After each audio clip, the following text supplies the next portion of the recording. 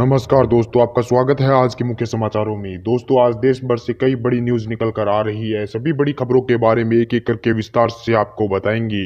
उससे पहले दोस्तों, अगर आप भी देश में निष्पक्ष पत्रकारिता का समर्थन करते हैं, तो इस वीडियो को लाइक कर दें। साथ ही हमारे चैनल को सब्सक्राइब करके बेल आइकन को जरूर दबा दें, जिससे देश में निष्पक्ष पत्रकारिता करने वाले पत्रकारों का मनोबल बढ़े तथा वे ज़्यादा से ज़्यादा निष्पक्ष पत्रकारिता कर सके और साथ ही आम गरीब जनता की आवाज़ उठा सके। दोस्तों, अब बात करते हैं आज की सभी बड़ी खबरों के बारे में एक एक करके विस्तार से।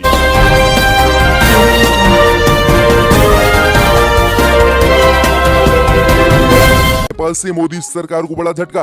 बॉर्डर पर नेपाल पुलिस ने भारतीयों पर की अंधाधुंध फायरिंग, 4 को लगी गोली, 1 की मौत। जहां दोस्तों आपको बता दें कि इस वक्त की ये सबसे बड़ी खबर सामने निकल कर आ रही है कि नेपाल ने भारत के खिलाफ युद्ध जैसे कामों को अंजाम दिया है। जहां दोस्तों आपको बता दें कि भारत नेपाल सीमा पर नेपाल पुलिस की ओर से आज जबरदस्त फायरिंग की गई है। फायरिंग की इस घटना में 4 भारतीयों को गोली लगी है, वहीं 1 की मौत भी हो गई है। बता दें कि भारत और नेपाल के बीच सीमा को लेकर विवाद चल रहा है। नेपाल संसद ने इसे लेकर एक प्रस्ताव भी पारित किया था, जिसमें भारत के 3 क्षेत्रों को नेपाल ने अपना बताया था। इसको लेकर दोनों देशों के बीच तनाव है और भारत को कई बार नेपाल ने युद्ध की धमकी भी दी थी कि अगर वह आसानी से इन जमीन को नहीं देता तो वह उसकी सेना युद्ध करने के लिए भी भारत से तैयार है। तो आज ये बहुत बड़ा काम जो है किया गया है। अब देखते हैं कि भारत सेना इसका कैसे मुंहतोड़ जवाब देती है नेपाल को। इसी बीच बढ़ते दोस्तों अगली बड़ी खबर की ओर, तो असुद्दीन ओवैसी के मंच से पाकिस्तान जिंदाबाद का नारा लगाने वाली अमूल्या लियोना को मिली जमानत। जहां दोस्तों आपको बता दें कि कर्नाटक में नागरिकता संशोधन कानून के खिलाफ आयोजित रैली में पाकिस्तान जिंदाबाद का नारा लगाने वाली अमूल्या लियोना को बेंगलुरु कोर्ट ने आज जमानत दे दी है। बता दें कि इससे पहले कोर्ट ने उनको ये कहते हुए जमानत देने से मना कर दिया था कि उनके फिर से देश विरोधी गतिविधियों में शामिल होने का अंदेशा है। जहां दोस्तों आपको बता दें कि अमूल्या ने फरवरी 2020 में कर्नाटक में नागरिकता संशोधन कानून के खिलाफ विरोध प्रदर्शन के दौरान असुद्दीन ओवैसी की एक सभा में मंच से पाकिस्तान जिंदाबाद का नारा लगाया था। उसके नारा लगाने के बाद स्वयं असुद्दीन ओवैसी युवती को मंच से ऐसा करने के लिए मना करते हुए दिखे। उन्होंने अपने मंच से तुरंत उन्हें उतार दिया, जिसके बाद इस घटना के बाद पूरे देश में आक्रोश आया और उनके खिलाफ एफआईआर दर्ज की गई, जिसके बाद आज कोर्ट ने उन्हें जमानत दी है। तो ये काफी अच्छी खबर है। इसी बीच बढ़ते दोस्तों अगली बड़ी खबर की ओर, तो राहुल गांधी ने केंद्र की मोदी सरकार पर आज फिर साधा निशाना।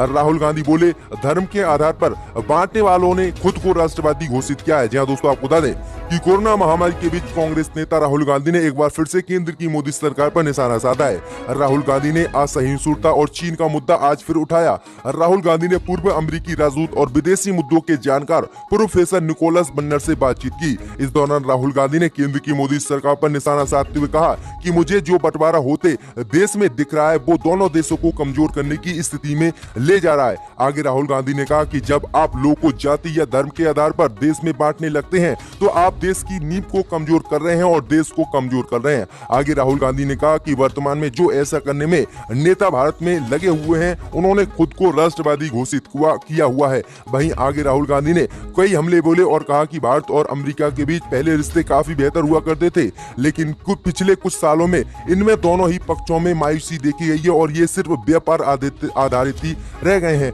दोनों देशों के संबंध में क्या देखने को मिल रहा है और इसमें किस तरह की प्रगति हो रही है, ये राहुल गांधी ने कहा। तो ये काफी बड़ा हमला राहुल गांधी ने बोला है केंद्र की मोदी सरकार पर। इसी बीच बढ़ते दोस्तों अगली बड़ी खबर की ओर, तो दिल्ली के स्वास्थ्य मंत्री सत्येंद्र जैन बोले, दिल्ली में नहीं बढ़ाया जाएगा आगे लॉकडाउन। जहां दोस्तों आपको बता दें कि दिल्ली में विपक्षी दल बीजेपी लगातार कोरोना संक्रमण के कारण हुई मौतों के आंकड़े छिपाने का आम आदमी पार्टी पर आरोप लगा रहा है। वहीं बीजेपी कह रही है कि दिल्ली में कोरोना संक्रमित से 2000 से अधिक लोगों की मौत हुई है, जबकि आम आदमी पार्टी इसे 1000 बता रही है।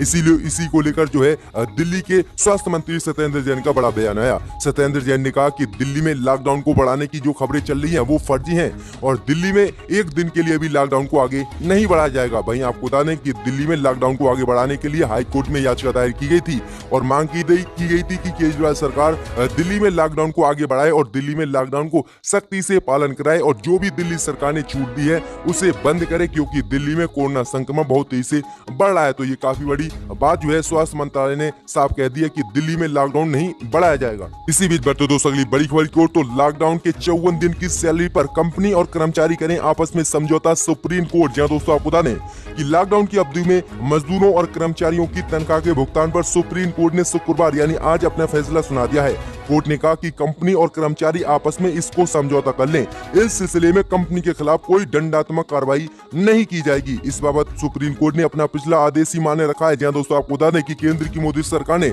जब देश में लॉकडाउन लगाया था, तब केंद्र की मोदी सरकार ने सभी कंपनियों से कहा था कि वह घर बैठे सभी प्रवासी मजदूर और अपने कर्मचारियों को पूरे महीने की सैलरी दें।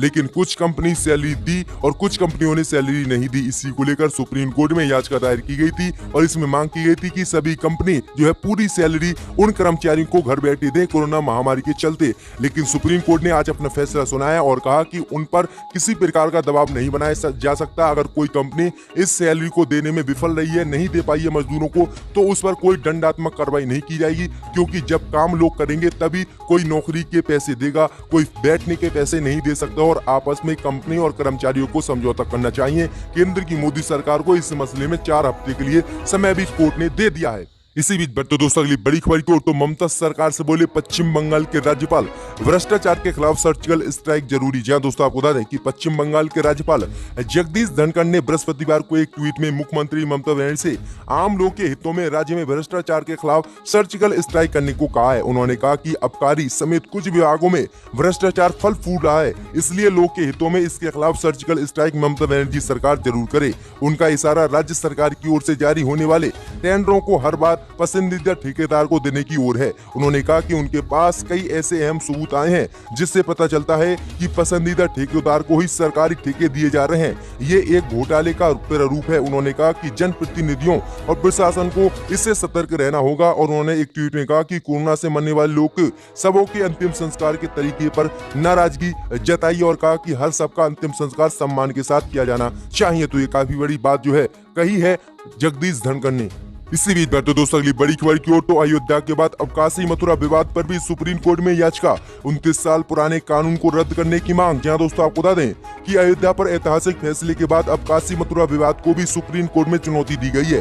एक हिंदू संगठन ने इसको लेकर सुप्रीम कोर्ट में याचिका दायर की है। इसके तहत 29 साल पहले बनाए गए कानून को चुनौती दी गई है। दरअसल प्लेसेज ऑफ वर्शिप एक्ट 1991 के तहत कहा गया है कि आजादी के बाद कोर्ट की दखल के बाद भी किसी धार्मिक स्थल को नहीं तोड़ा जाएगा और वह वैसे ही बरकरार रहेगा। अब इसी को लेकर हिंदू संगठन की तरफ से सुप्रीम कोर्ट में चुनौती दी गई है। वहीं आपको बता दें कि अयोध्या पर ऐतिहासिक फैसले आने के बाद से कई संगठन इस मुद्दे को सुप्रीम कोर्ट में चुनौती देने की बात कर रहे थे।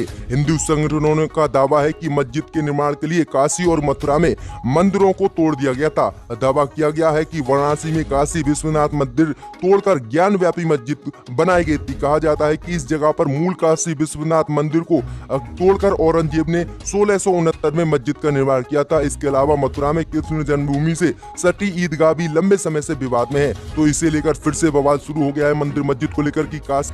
इसी बीच बढ़ते दोस्तों अगली बड़ी खबर की ओर तो आपका टॉपिक है बीजेपी को मजबूती देना, मुझे मत सिखाइए। आज तक के शो में अंजना ओम कश्यप को लताड़ लगाते बोले कांग्रेस प्रवक्ता पवन खेड़ा। जहां दोस्तों आपको बता दें कि राज्यसभा चुनाव से ठीक पहले इन दिनों राजस्थान में सियासी घमासान मचा हुआ है और प्रदेश की अशोक गहलोत सरकार ने खुद भाजपा पर आरोप लगाया है कि लालच देकर कांग्रेस के विधायक बीजेपी तोड़ने की कोशिश कर रही है। वहीं टीवी चैनल आज तक में भी राजस्थान की मौजूदा परिस्थिति पर डिबेट शो हुआ। कार्यक्रम का संचालन अंजना ओम कश्यप कर रही थी और पैनल पर कांग्रेस प्रवक्ता पवन खेड़ा और भाजपा प्रवक्ता गौरव भाटिया थे। वहीं डिबेट शो में पवन खेड़ा टीवी एंकर पर तब भड़क गए जब उनसे टॉपिक पर ही जवाब देने को कहा गया था। उन्होंने टीवी एंकर से कहा कि टॉपिक पर ही